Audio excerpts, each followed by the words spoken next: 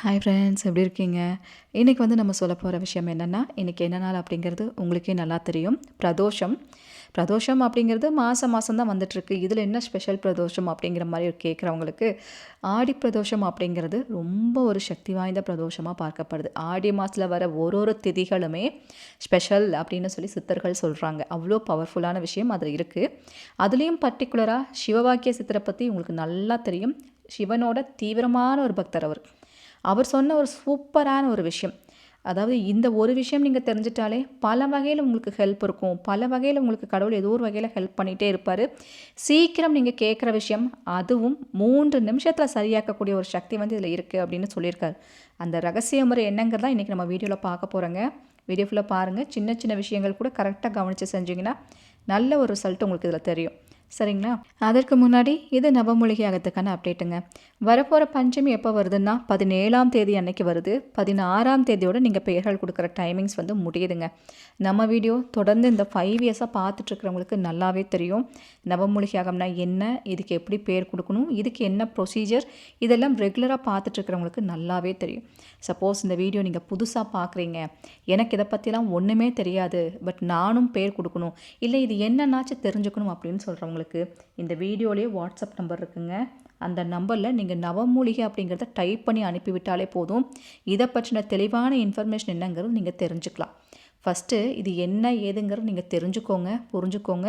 தேவைப்படும் பட்சத்தில் உங்கள் பெயர்கள் வேணாலும் நீங்கள் கொடுக்கலாம். பேர் கொடுக்குறவங்க அவசியம் ஊர் பேர் போட்டு அனுப்புங்க. அது மட்டும் மறந்துடாதீங்க. சரிங்களா? இன்றைக்கி ஒரு சிஸ்டர் சந்தோஷமாக அவங்க சக்ஸஸ் ஸ்டோரி சொல்லியிருக்காங்க. அவங்க என்ன சொல்கிறாங்க அப்படிங்கிறத கேட்டுட்டு சிவவாக்கியர் சொன்ன அந்த 3 நிமிஷ ரகசியம் என்ன அப்படிங்கிறத நம்ம தெரிஞ்சுக்கலாங்க. ஹாய் சிஸ்டர், ரொம்ப ரொம்ப நன்றி உங்களுக்கு. உன் வராகி தாயை போற்றி, உன் வராகமூர்த்தி சித்தரையா சரணம். நான் நவமூலிகை ஆகத்துக்கு என் அண்ணனுக்கு வேலை கிடைக்கணும்னு சொல்லி ஒரு தடவை பேர் கொடுத்துருந்தேன். 2 வருஷமா என் அண்ணன் வேலை இல்லாமல் வீட்டில் இருந்தாங்க. இப்போ அம்மாவுக்கு பஞ்சமி ஆகத்துக்கு பேர் கொடுத்ததுக்கு அப்புறம் 1 மாதத்துக்குள்ள ஜூன் 30ஆம் தேதி நான் உங்களுக்கு ஒரு பஞ்சமிக்காக அமௌண்ட் அனுப்புனேன். ஜூலை 27ஆம் தேதி சென்னைக்கு போய் 28ஆம் தேதி உங்கள் வேலையில் ஜாயின் பண்ணிட்டாங்க. ரொம்ப ரொம்ப ரொம்ப சந்தோஷமாக இருக்குது சிஸ்டர். ரொம்ப ரொம்ப நன்றி. நன்றி சகோதரி. எனக்குமே கேட்கும்போது ரொம்ப சந்தோஷமாக இருக்குது. ஒரே தடவையில் ஆன்சர் அப்படிங்கிறது இந்த பஞ்சமியில் மட்டும் தொடர்ந்து நடந்துகிட்டே இருக்குது. இந்த மிராக்கள் அத்தனை பேத்துக்கும் போய் சேரணும். நம்மளோட வராகி அன்னைக்கு நன்றிகளை சொல்லுங்கள், வராகமூர்த்தி சித்தரையாக்கு நன்றிகளை சொல்லுங்கம்மா, அது போதும். இன்றைக்கி நம்ம சொல்ல போகிற ஒரு விஷயம் பிரதோஷம். இன்னைக்கு நான் சொன்னேன் இல்லைங்களா, அதாவது ஆடி மாதத்தில் வர ஒரு திதிக்கும் நார்மலாக இருக்கிற பவரை விட பயங்கர பவர் இருக்குமா. பிரதோஷம், பௌர்ணமி, அமாவாசை, இந்த மாதிரி நிறைய விஷயங்கள் ஆடி மாதத்தில் வரது ரொம்ப சிறப்புன்னு சொல்லியிருக்காங்க. அந்த வகையில் நம்மளோட சிவவாக்கிய சித்தர் ஒரு அருமையான விஷயத்தை நமக்கு சொல்லியிருக்கார். அவர் என்ன சொல்கிறாருன்னா, நீங்கள் எத்தனை கஷ்டத்தில் இருந்தாலும் சரி, உங்கள் வாழ்க்கையே வெறுத்து போயிடுச்சுன்னு நீங்கள் வாழவே வேண்டாங்கிற ஒரு சூழ்நிலைக்கு போயிருந்தாலும் சரி, இப்போ நம்ம சொல்கிற ஒரு விஷயத்த சிம்பிளாக செஞ்சு பாருங்கள். சாதாரண ஒரு துரும்பை வச்சு கூட நம்ம வாழ்க்கையை மாற்ற முடியுங்கிறது இறைவன் நமக்கு கொடுத்த ஒரு வரமாக இருக்குது. அதனால் அந்த இறைவனை நம்பிக்கையோடு நீங்கள் கேட்கும்போது, நம்பிக்கையோடு சில விஷயங்களை நீங்கள் சொல்லும்போது பல வகையில் உங்களுக்கு வெற்றிகள் கிடைக்கும் அப்படின்னு சொல்கிறாங்க. மந்திரங்கள் எந்த அளவுக்கு இறைவன்கிட்ட நம்மளை ரொம்ப க்ளோஸாக கொண்டு போய் சேர்க்குமாமா. அதாவது சாதாரண பூஜை முறைகள் இதெல்லாம் ஒரு பக்கம் இருந்தாலுமே மந்திரங்கள் அந்த விஷயத்தை நிறைவு செய்யும்னு சொல்கிறார். ஒரு இடத்துக்கு போகிறக்கு வழி தெரியல அப்படின்னு நம்ம தவிச்சு போய் நிற்கும் போது யாரோ ஒருத்தர் இந்த வழியாக போங்க உங்களுக்கு வழி தெரியும்னு யாரோ ஒருத்தர் சொல்கிறது இல்லையா. அதே போல் தான் இந்த மந்திரங்கள் இதை பண்ணுங்க உங்களுக்கு வழி தெரியுங்கிற மாதிரி தான் இந்த மந்திரங்கள் நமக்கு உதவி செய்யுமா. மந்திரங்கள் இருந்தால் தான் அந்த விஷயமே முழுமையடையும் அப்படிங்கிற மாதிரி சிவவாக்கிய சித்தர் நிறைய அறிவுரைகள் எல்லாருக்கும் சொல்லியிருக்காங்க. இன்றைக்கி அவர் சொல்லியிருக்கிற ஒரு விஷயம் என்னன்னா, அவர் தன்னோட தவ காலத்தில் தவம் இருந்தப்போ சிவனை நேரலாக பார்த்து நிறைய விஷயம் பேசியிருக்காங்க. சிவனே அவருக்கு அருளிய பல விஷயங்கள் அவர் வாங்கியிருக்கார். அந்த வகையில் அவர் சொல்கிற ஒரே ஒரு விஷயம்னா, சிவனோட ஒரு சக்தி வாய்ந்த ஒரு மந்திரம் இருக்குது. யார் ஒருத்தங்க பிரதோஷத்தன்னைக்கு இந்த மந்திரத்தை மனமுருகி மனசை ஒருநிலைப்படுத்தி கேட்குறாங்களோ அவங்களுக்கு கேட்குற விஷயம் எதுவாக இருந்தாலும் நடக்கும். இந்த மந்திரத்தை மட்டும் சொல்கிறதோடு இல்லாமல் இந்த மந்திரத்துக்கு கூட ஒரே ஒரு பொருளை சேர்த்து செய்யுங்கன்னு சொல்கிறாங்க.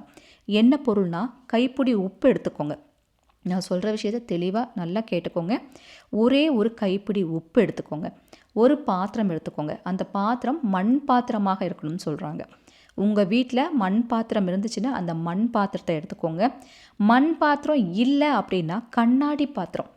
இது 2ல் ஏதோ ஒன்றில் இந்த இப்போ நான் சொல்கிற விஷயத்த செய்யும் போது ரொம்ப பவர்ஃபுல்லாக வந்து வேலை செய்யும். ஏன்னா ஒரு சில பொருட்கள் வந்துட்டு ஏன்னா அந்த பவர் கொடுக்கறதுங்கிறது அந்த ஒரு சில பொருட்களில் தான் இருக்குது. இந்த நேரத்தில் இந்த சமயத்தில் இந்த பொருளோட இந்த விஷயம் சேரும்போது அது ஒருங்கிணைஞ்சு ஒரு வெற்றியை கொடுக்கும் அப்படின்னு தான் சித்தர்கள்லாம் சொல்லியிருக்காங்க. அதனால் இந்த முறையை நீங்கள் பயன்படுத்துறதுக்கு கண்ணாடி பாத்திரம் அல்லது மண் பாத்திரம் தான் பயன்படுத்தணுங்கிறது ஒரு முறை இருக்குது. வீடியோ பார்க்குறவங்க கிட்ட இது எதுவுமே என்கிட்ட இல்லையே நீங்கள் சங்கடப்படவே வேண்டாம். சாதாரண உங்கள் வீட்டில் இருக்கிற பாத்திரத்தை கூட நீங்கள் பயன்படுத்திக்கலாம். இந்த மந்திரம் நீங்கள் பார்க்குறீங்களே, இதை நோட் பண்ணி வச்சுக்கோங்க. ஃபஸ்ட்டு ஜெகம் சத்யம் மரோகரா மவசிவ மவசிவ.